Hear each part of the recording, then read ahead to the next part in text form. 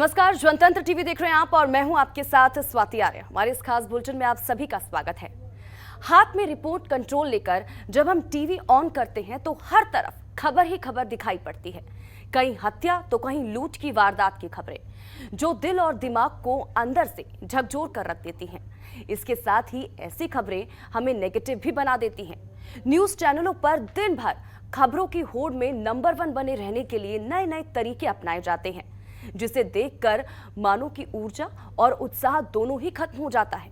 तो अगर आप ऐसी खबरों से दूर भागना चाहते हैं और कुछ ऐसी खबर देखना चाहते हैं जो आपके दिल और दिमाग को ऊर्जा से भर दे, जो आपको कुछ अच्छा करने के लिए प्रेरित करे, तो जनतंत्र टीवी आपके लिए कुछ ऐसी ही खबरों का पिटारा लेकर आया है, जो आपके दिन भर की कामकाज की थकान को छू मंतर कर देंगी, जिसे देखकर और सुनकर आपके चेहरे पर एक प्यारी सी मुस्कान आ जाएगी, साथ ही जो आपके माइंड को कूल कर देंगी और आपका दिल कह उठेगा कि ये तो है गुड न्यूज।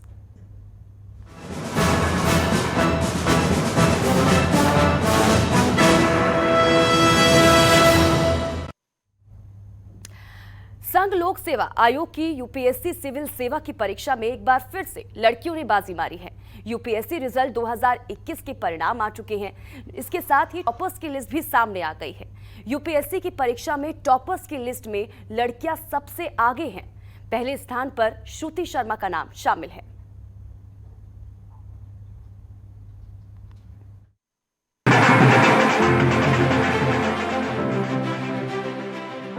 हौसले बुलंद कर, रास्तों पर चल दे, तुझे तेरा मुकाम मिल जाएगा। बढ़कर अकेला तू पहल कर, देख कर तुझको काफिला खुद बढ़ जाएगा। हौसले बुलंद कर, रास्तों पर चल दे, तुझे तेरा मुकाम मिल जाएगा। बढ़कर अकेला तू पहल कर, देख कर तुझको काफिला खुद ही बढ़ जाएगा। जिन्होंने अपने हौसलों से यूपीएससी की परीक्षा में बाजी मारी है। दरअसल यूपीएससी सिविल सेवा की परीक्षा में एक बार फिर लड़कियों ने बाजी मारी है।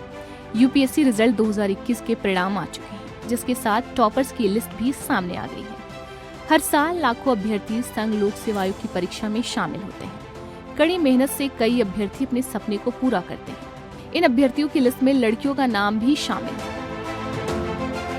यूपीएससी 2021 के नतीजे घोषित हो चुके हैं और देश भर में पहला स्थान हासिल किया है टॉपर श्रुति शर्मा ने, जो कि उत्तर प्रदेश के बिजनौर की रहने वाली हैं। हम उनसे बात करेंगे। सबसे पहले तो बहुत बहुत बधाई जनतंत्र टीवी की तरफ से। कितनी मुश्किल थी, कितना एक बहुत बड़ी अचीवमेंट आपने हासिल की? हाँ, ये पूरी जर्नी काफ़ी लंबी थी, तो काफ़ी ऊपर नीचे रहा है। कई बार मुश्किलें भी थी, तो काफ़ी लंबी जर्नी रही है, काफ़ी पढ़ना पड़ा है। तो काफ़ी खुश हूँ कि ये रिज़ल्ट अच्छा रहा। वैसे तो हर साल लड़कियां यूपीएससी की परीक्षा पास कर प्रशासनिक सेवा में जाती हैं, लेकिन इस साल यूपीएससी की परीक्षा में टॉपर्स की लिस्ट में लड़कियां सबसे आगे हैं। पहले स्थान पर श्रुति शर्मा का नाम शामिल है, दूसरी टॉपर अंकिता अग्रवाल और तीसरी टॉपर गामिनी सिंगला है। परीक्षा में कुल 685 अभ्यर्थियों का चयन हुआ है, जिसमें से 508 पुरुष और 177 महिलाएं हैं। महिलाओं का आंकड़ा भले ही पुरुष अभ्यर्थियों की तुलना में कम हो, लेकिन टॉप 3 में महिलाओं ने जगह बनाकर अपना दबदबा बना लिया है। आइए जानते हैं कि कौन है श्रुति शर्मा। यूपीएससी में ऑल इंडिया रैंक पर पहला स्थान पाने वाली श्रुति शर्मा है। श्रुति शर्मा बिजनौर के धामपुर की रहने वाली है। उन्होंने अपनी पढ़ाई दिल्ली में रहकर पूरी की। श्रुति ने दिल्ली के सेंट स्टीफेंस कॉलेज से पढ़ाई पूरी की। आगे की पढ़ाई के लिए श्रुति ने जेएनयू में दाखिला लिया। अब जानते हैं आखिर कौन है यूपीएससी की दूसरी टॉपर, अंकिता अग्रवाल।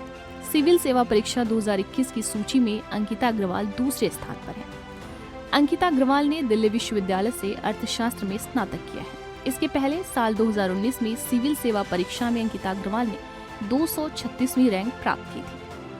आखिर कौन है यूपीएससी की तीसरी टॉपर, गामिनी सिंगला? आइए जानते हैं उनके बारे में। गामिनी सिंगला यूपीएससी परीक्षा 2021 में अखिल भारतीय स्तर पर तीसरी रैंक पर है। गामिनी सिंगला चंडीगढ़ की रहने वाली है। इस समय पंजाब के आनंदपुर साहिब में अपने परिवार के साथ रहती है। दूसरे प्रयास में सिविल सेवा की परीक्षा गामिनी सिंगला ने पास की। गामिनी सिंगला ने अपनी सफलता का श्रेय अपने पिता को दिया है। यूपीएससी की तैयारी करने के लिए जब कोई घर से निकलता है तो उसकी आंखों में एक ही सपना होता है, देश की प्रतिष्ठित सेवा सिविल सर्विस सेवा को पास करने का, जिसको लेकर हर साल हजारों छात्र और छात्रा प्रतिष्ठित कोचिंग संस्थानों में दाखिला तक लेते हैं। कड़ी मेहनत, जुनून और लगन के साथ इसकी तैयारी भी करते हैं, लेकिन कुछ ही लोग इस परीक्षा में सफलता हासिल कर पाते हैं। बहुत बहुत बधाई। क्या कहेंगी, आज इतनी बड़ी उपलब्धि, एक बड़ा सपना होता है, आपने अपने माता पिता का सपना पूरा किया है, क्या कहेंगी? Thank you sir. सर ये हाँ बहुत बड़ी उपलब्धि तो है। यूपीएससी का इतना टफ एग्जामिनेशन क्रैक करना और रैंक भी 8th आई है, तो घर वाले बहुत प्राउड हैं इस चीज़ को लेकर और बहुत खुशी का माहौल है घर में। इस बार टॉप 3 में लड़कियां रही हैं, आप खुद एक लड़की हैं, टॉप 10 में भी शामिल हुए हैं, कैसा लग रहा है? सबसे ज़्यादा इस बार लड़कियों ने टॉप 10 में भी बाजी मारी। सर ये एक बहुत ही गौरव की बात है कि इस बार लड़कियों ने बाजी मारी है और इस बात से मैं बहुत खुश हूँ कि टॉप 10 में ज़्यादातर लड़कियाँ ही हैं। इन्होंने कहा है कि देश की सेवा जैसे माता पिता कर रहे हैं, वह भी देश की सेवा करना चाहती हैं और तीसरे प्रयास में उन्होंने यह सफलता हासिल की है। निखिल कुमार, जनतंत्र टीवी। वैसे तो यूपीएससी की परीक्षा काफी मुश्किल होती है, लेकिन इस मुश्किल इम्तिहान को वही पास कर पाता है जो अपने हौसले को टूटने नहीं देता। पीएम नरेंद्र मोदी ने सिविल सेवा परीक्षा 2021 में सफल घोषित उम्मीदवारों को बधाई दी है। सिविल सेवा परीक्षा 2021 की टॉपर पहला स्थान श्रुति शर्मा, दूसरा स्थान अंकिता अग्रवाल, तीसरा स्थान गामी सिंगला, चौथा स्थान ऐश्वर्य वर्मा को मिला है, पांचवा स्थान उत्कर्ष द्विवेदी को मिला है, छठा स्थान यक्ष चौधरी को मिला है, सातवां स्थान सम्यक एस जैन, आठवां स्थान इशिता राठी, नौवां स्थान प्रीतम कुमार और 10वां स्थान हरकीरत सिंह रंधावा को मिला है। संघ लोक सेवा आयोग ने सिविल सेवा प्रारंभिक परीक्षा का आयोजन बीते साल 2021 में 10 अक्टूबर को किया था। परीक्षा के परिणाम 29 अक्टूबर को जारी कर दिए गए थे। सिविल सेवा मुख्य परीक्षा 7 जनवरी 2022 से लेकर 16 जनवरी 2022 तक हुई थी और इसके परिणाम 17 मार्च 2022 को जारी किए गए थे। वहीं अंतिम चरण यानी कि साक्षात्कार का आयोजन 5 अप्रैल से शुरू होकर 26 मई 2022 तक चले। कुल मिलाकर सिविल सेवा परीक्षा में टॉप करने वाली लड़कियां उन लोगों के मुंह पर करारा तमाचा है जो लोग महिलाओं और लड़कियों के जीवन को चार दीवारी के अंदर ही देखते हैं। ब्यूरो रिपोर्ट, जनतंत्र टीवी।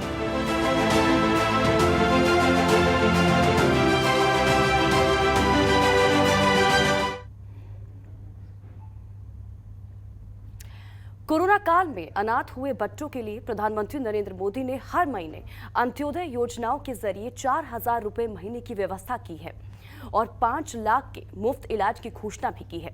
इसके साथ ही बच्चों को प्रोफेशनल कोर्स, इसी के साथ ही हायर एजुकेशन लोन भी दिया जाएगा। इसी पर देखिए हमारी एक खास रिपोर्ट।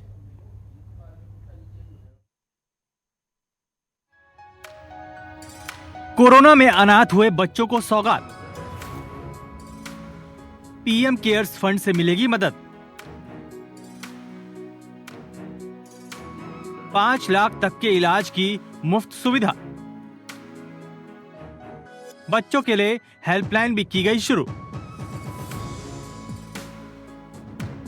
कोरोना काल में अनाथ हुए बच्चों के लिए पीएम मोदी ने हर महीने अंत्योदय योजनाओं के जरिए 4,000 रुपए महीने की व्यवस्था भी की गई है और 5 लाख के मुफ्त इलाज की घोषणा की है। साथ ही बच्चों को professional course, higher education loan भी दिया जाएगा। दरअसल कोरोना महामारी की वजह से बहुत से बच्चों ने अपने को खो दिया था, जिसके बाद उन लोगों को जीवन में काफी मुश्किलों का सामना करना पड़ा। हर दिन का संघर्ष और हर दिन की समस्या को हालांकि शब्दों में बयान करना मुश्किल है।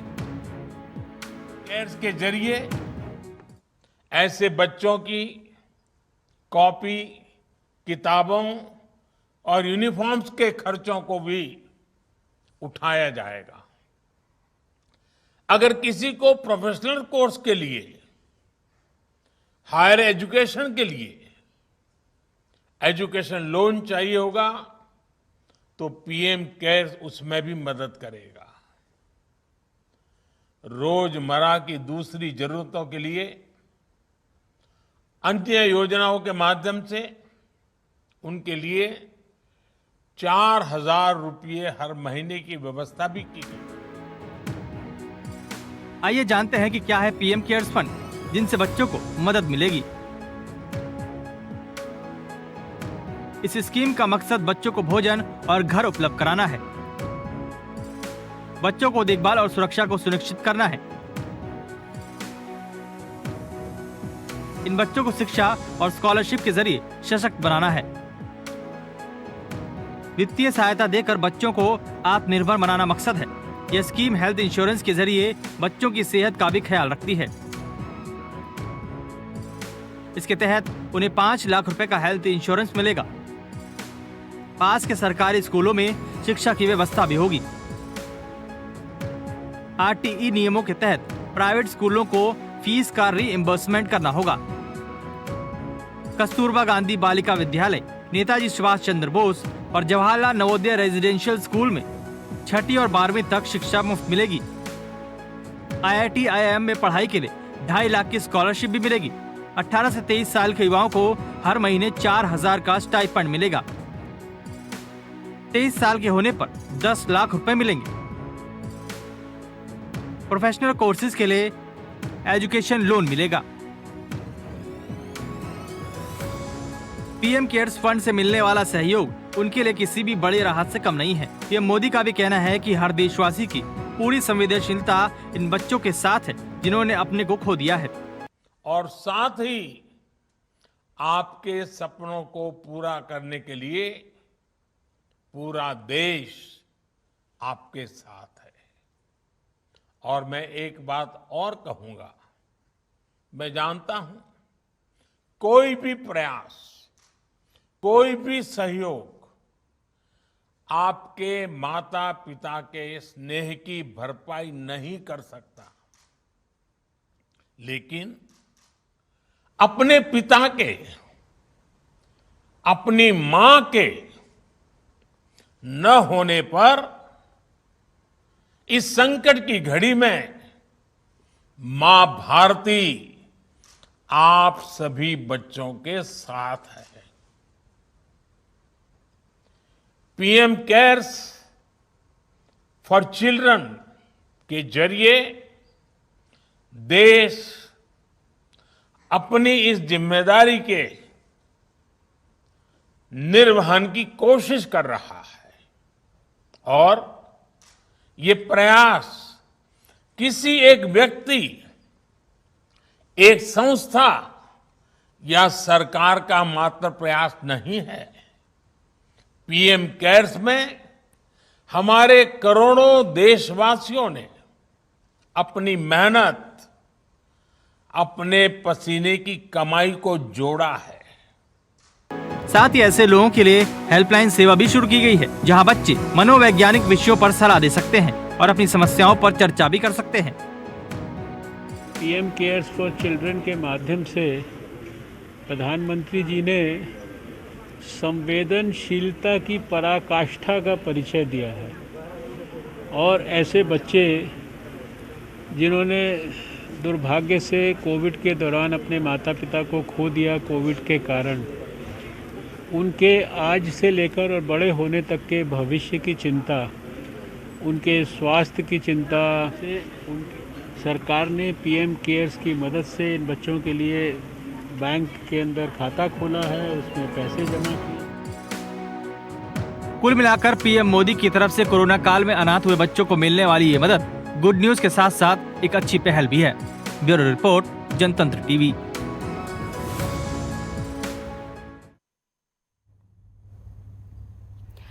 पीएम मोदी का कहना है कि खेलेगा इंडिया तो बढ़ेगा इंडिया, और भिवानी की संतोष देवी ने इस नारे को सार्थक कर दिखाया है। उम्र के जिस पड़ाव में लोग किसी परिजन के सहारे अपनी उम्र काटते हैं, तो वहीं दूसरी तरफ 80 की उम्र का पड़ाव पार कर चुकी भिवानी की रहने वाली संतोष देवी युवाओं को मात देते हुए विभिन्न प्रतियोगिताओं में पदक हासिल कर रही है। इसी पर देखिए हमारी खास रिपोर्ट। 80 की उम्र, जज्बा 18 का। उम्र नहीं है खेल में रोड़ा। 80 की उम्र में जीता मेडल। संतोष देवी लोगों के लिए बनी मिसाल। पीएम मोदी का कहना है कि खेलेगा इंडिया तो बढ़ेगा इंडिया, और भिवानी की संतोष देवी ने इस नारे को सार्थक कर दिखाया है। उम्र के जिस पड़ाव में लोग किसी परिजन के सहारे होकर अपनी उम्र काटते हैं, तो वहीं दूसरी तरफ 80 की उम्र का पड़ाव पार कर चुकी भिवानी की रहने वाली संतोष देवी युवाओं को मात देते हुए अलग अलग प्रतियोगिताओं में कई पदक हासिल कर चुकी हैं। हाल ही में संतोष देवी ने नेशनल मास्टर्स एथलेटिक्स चैंपियनशिप में 2 स्वर्ण एवं 1 सिल्वर मेडल जीता है। संतोष देवी के परिजन का कहना है कि इस उम्र में आकर वे घर में बैठी बैठी बोर होने लगी। उनके मन में आया कि क्यों ना इन्हें खेल से जोड़ा जाए। हालांकि वो खुद भी घर में योग व प्राणायाम करती हैं। साथ ही परिजनों का कहना है कि वे उन्हें शुरुआत में स्टेडियम लेकर गए। वहां और भी खिलाड़ियों का साथ पाकर वो काफी खुश हुई और हर रोज स्टेडियम जाने लगी। जब संतोष देवी को पता चला कि चेन्नई में खेल का आयोजन होने वाला है तो उन्होंने इस खेल में हिस्सा लेने का मन बनाया और हिस्सा भी लिया। और इस नेशनल मास्टर्स एथलेटिक्स चैंपियनशिप में संतोष देवी 80 से अधिक आयु वर्ग में खेलते हुए 100 मीटर दौड़ में गोल्ड, 200 मीटर दौड़ में गोल्ड तथा जैवलिन थ्रो में सिल्वर पदक हासिल किए। मेरा नाम डॉक्टर ललिता मलिक है। मैं संतोष देवी जी की पुत्रवधू हूँ। जैसे मैंने अपनी सासू माँ को देखा कि वो फिज़िकली बहुत फिट है क्योंकि उन्होंने खेतों में काम किया हुआ है, तो मुझे पता चला कि मास्टर्स एथलीट्स भी होते हैं। तो ये देखते हुए, उनकी फ़िटनेस को देखते हुए मैंने उनको काफ़ी कन्विंस किया, उनकी रुचि पैदा करने की कोशिश की कि आप भी खेल के देखो। तो वो थोड़ा मोटिवेट हुए, मेरे साथ गए कॉम्पिटिशन्स में स्टेट लेवल में और उन्होंने काफ़ी अच्छा परफॉर्म किया। जैवलिन में, रेस में उन्होंने गोल्ड लिए। तो आगे हमारे कॉम्पिटिशन्स फिर नेशनल्स के लिए हम लोग चेन्नई गए। वहाँ पे भी मदर इन लॉ ने बहुत अच्छे से परफॉर्म किया। शी वॉन 2 गोल्ड मेडल और एक उन्होंने सिल्वर मेडल लिया। जैवलिन थ्रो में गोल्ड मेडल, रेस में। संतोष देवी का कहना है कि खेल जीवन के लिए जरूरी है और हर व्यक्ति को इससे जुड़ना चाहिए। उन्होंने कहा कि 80 वर्ष की उम्र का पड़ाव पार कर चुकी हूँ, लेकिन खेलने की इच्छा आज भी उनके मन में है। आज भी वे योग प्राणायाम करती हैं। मेरा नाम संतोष देवी है। मैं 3 मेडल जीत के लाई, 2 गोल्ड, 1 सिल्वर। बहू लेगी फिर तो उड़ा जाकर मन ने भी खुशी मिली। अब भी कुछ तो करूँगी, हार जीत तो होंगी रहे, क्या हारेंगे क्या जीतेंगे। हमारे बच्चे बहुत आगे बढ़े खेल में, सब गेम में, और ना मरीन में की है कुछ नहीं। संतोष उन सभी बुजुर्गों के लिए एक प्रेरणा स्रोत हैं जो उम्र को अपनी सीमा मानते हुए अपने सपनों को भूल जाते हैं। आज 25 वर्ष की युवाओं को भी मात देते हुए दौड़ सहित अन्य प्रतियोगिताओं में पदक लाकर ये साबित कर रही हैं कि खेल के मायनों में बुजुर्ग भी पीछे नहीं हैं। वह इस मौके पर संतोष देवी ने कहा कि उनके खेल में उनके बच्चों ने उनका बहुत उत्साहवर्धन किया, जिसकी बदौलत आज इस उम्र में भी वे इतने पदक देश के लिए जीत सकती हैं। उन्होंने सभी युवाओं से कहा है कि वे अपने खान पान और कसरत के सहारे किसी भी उम्र में अपने सपने को साकार कर सकते हैं। ब्यूरो रिपोर्ट, जनतंत्र टीवी।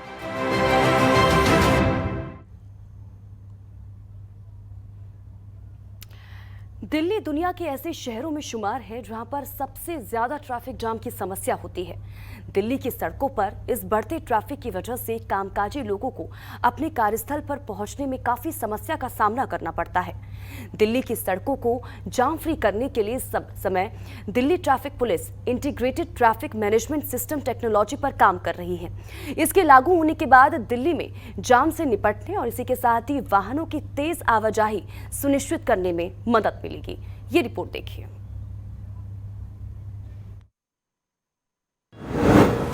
राजधानी होगी जाम फ्री,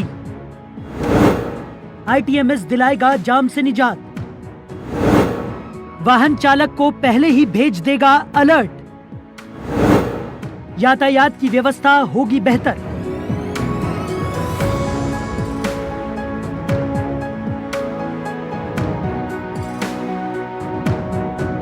दिल्ली दुनिया के ऐसे शहरों में शुमार है जहां पर सबसे ज्यादा ट्रैफिक जैम की समस्या होती है, क्योंकि दिल्ली में जनसंख्या भी तेजी से बढ़ती जा रही है और लोग 2 पहिया एवं 4 पहिया वाहनों के माध्यम से जहां जाना होता है जाते हैं। हालांकि दिल्ली सरकार ने इस सड़क जाम की समस्या को दूर करने के लिए सड़कों को सुधारने का काम भी किया।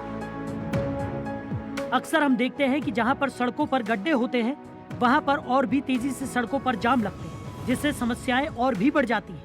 इसलिए दिल्ली सरकार सड़कों के निर्माण पर भी ध्यान देती है। दिल्ली की सड़कों पर इस बढ़ते ट्रैफिक की वजह से कामकाजी लोगों को अपने कार्यस्थल पर पहुंचने में काफी समस्याओं का सामना करना पड़ता है। दिल्ली की सड़कों को जाम फ्री करने के लिए इस समय Delhi traffic police integrate traffic management system technology पर काम कर रही है। इसके लागू होने के बाद दिल्ली में जाम से निपटने और वाहनों की तेज आवाजाही सुनिश्चित करने में मदद मिलेगी। इससे सभी ट्रैफिक लाइट्स और सिग्नल स्वचालित रूप से नियंत्रित होंगे। इसके लागू होने के बाद दिल्ली में जाम से निपटने और वाहनों की तेज आवाजाही सुनिश्चित करने में मदद मिलेगी। इसके संचालन और प्रोग्राम की निगरानी के लिए दिल्ली पुलिस मुख्यालय के अंदर ही कमांड सेंटर स्थापित किया जाएगा।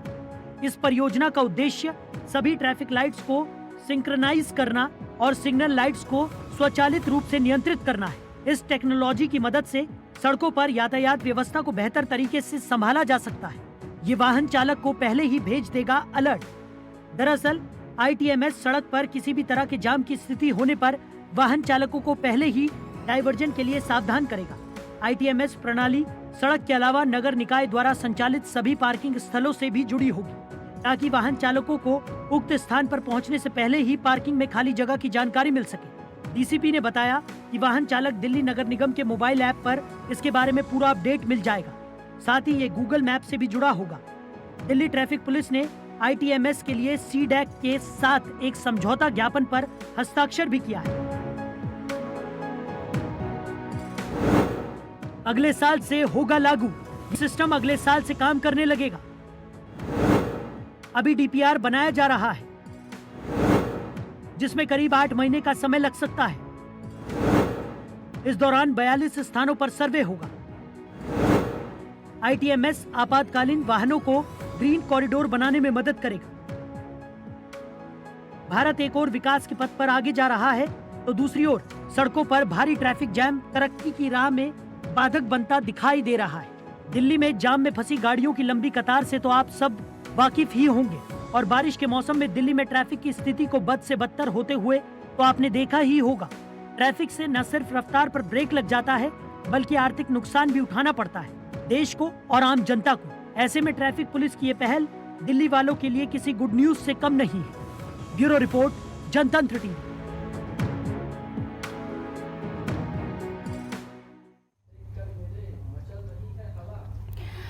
भारत में गरीबी एक बड़ी चुनौती है। हालांकि सरकार की तरफ से गरीबों के कल्याण के लिए कई तरह के कदम उठाए गए हैं। भारत जैसे बड़ी जनसंख्या वाले देश में ये सुविधाएं हर गरीब के दरवाजे तक पहुंच पाएं, इसमें थोड़ा संशय बना रहता है। ऐसे में पटना के इंदिरा गांधी आयुर्विज्ञान संस्थान की तरफ से बच्चों के मुफ्त इलाज के लिए जो कदम उठाया गया है वो एक गुड न्यूज है। तो क्या है ये गुड न्यूज, देखिए हमारी इस खास रिपोर्ट में।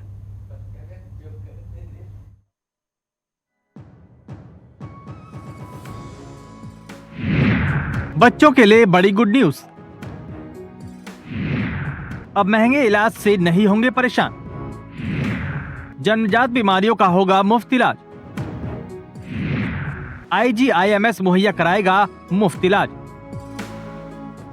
भारत में गरीबी एक बहुत बड़ी चुनौती है, और गरीब व्यक्ति के घर में कोई बीमार हो जाए तो मानो उसके घर में परेशानियों का पहाड़ ही टूट जाता है। हालांकि सरकार की तरफ से गरीबों के कल्याण और विकास के लिए कई तरह की योजनाएं चलाई जाती हैं और उन्हें कई तरह की आर्थिक मदद भी दी जाती है, क्योंकि सरकार की ये कोशिश होती है कि सरकार की तरफ से गरीबों की मदद के लिए चलाई जाने वाली योजनाओं का लाभ अंतिम व्यक्ति तक को मिले। भारत जैसी बड़ी जनसंख्या वाले देश में ये सुविधाएं हर गरीब के दरवाजे तक पहुंच पाए, इसमें थोड़ा संशय बना रहता है। हालांकि इसके कई कारण हो सकते हैं। ऐसे में पटना के इंदिरा गांधी आयुर्विज्ञान संस्थान की तरफ से बच्चों के मुफ्त इलाज के लिए जो कदम उठाया गया है वो एक गुड न्यूज है। दरअसल बिहार की राजधानी पटना के प्रसिद्ध हॉस्पिटल इंदिरा गांधी आयुर्विज्ञान संस्थान में जन्मजात रोगों से ग्रसित बच्चों का इलाज पूरी तरह से मुफ्त में होगा, और बच्चों का मुफ्त इलाज राष्ट्रीय बाल सुरक्षा कार्यक्रम के तहत किया जाएगा। घर परिवार में किसी बच्चे के जन्मजात बीमारियों के महंगे इलाज से परेशान लोगों के लिए ये बड़ी राहत की खबर है। अस्पताल में हार्ट की प्रॉब्लम की समस्या का इलाज होगा, लिवर से संबंधित समस्या का इलाज भी मिलेगा, मुफ्त न्यूरो सर्जरी होगी, कैंसर का इलाज मिलेगा, किडनी से संबंधित समस्या का इलाज होगा, टेढ़ा जबड़ा से संबंधित समस्या हो या कटे होंठ से संबंधित समस्या, इन सभी का इलाज अस्पताल में मिलेगा। दरअसल बच्चों से संबंधित बीमारियों का अलग अलग बीमारियों का वर्गीकरण किया गया है। उसमें भर्ती लोगों से लेकर जांच, सर्जरी, दवाओं पर खर्च से लेकर अन्य उपकरणों के खर्च का हिसाब लगाया गया है। हर बीमारी के इलाज के लिए एक रकम सुनिश्चित की गई है। इसके लिए राशि RBSK के तहत उपलब्ध कराई जाएगी। क्योंकि आयुष्मान भारत योजना के तहत कई बीमारियों में इलाज में होने वाले खर्च की अपेक्षा कम राशि का आवंटन किया गया है, जिसको देखते हुए ये फैसला किया गया। ब्यूरो रिपोर्ट, जनतंत्र टीवी। और इसी के साथ ही हमारे इस खास बुलेटिन में फिलहाल इतना ही। आप बन रहे हमारे साथ। नमस्कार।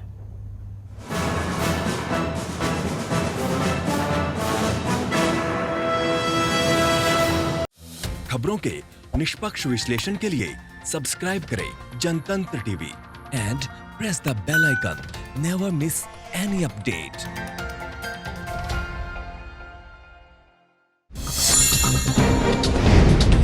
डाउनलोड कीजिए जनतंत्र टीवी ऐप को, जो कि अवेलेबल है गूगल प्ले और ऐप स्टोर पर। अधिक जानकारी के लिए अभी डाउनलोड करें।